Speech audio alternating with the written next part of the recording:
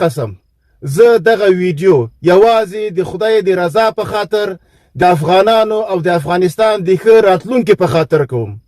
افغانانو د نظام چارواکو او د دې نظام پلویانو کوم سیاست او کومه پالیسی چې د دې نظام چارواکي د تعلیم په حق لري دا مونږ بدبخته کوي. دا د افغانستان د ښه راتلونکي په خلاف ده.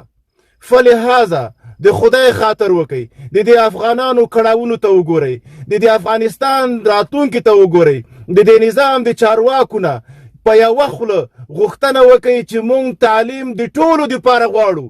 والله که کانونه ولرئ، که لیتیم ولرئ، که په میلیاردونو ډالر ولرئ، بیا به هم مونږ خارجیانو ته محتاج یو، بیا به هم مونږ خپلې خویندې میندې پلرونه ورونه هر هغه څوک هغه به خارج ته د تداوی دپاره بیایو، ځکه موږ به تعلیم یافته قشر ونه لرو. موږ 50% خویندې لرو.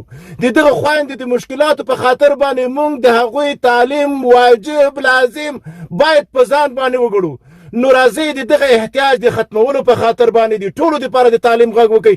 نن چې زه په دغه کرغېړنه کرښه وهل کېږم، ټکول کېږم، په لاسونو کې او په غاړو کې راته دغه خلکو پړې اچولي دي، ځکه زه تعلیم یافته قشر نه لرم. نور خلاص تر شپږمه پورې چې کوم 2 کاله دغه 2 کاله خویندې هغه نور بې تعلیمه شوې، هغه نور مخکې تګ نشي کوی، بیا به د الف نه شروع کړو.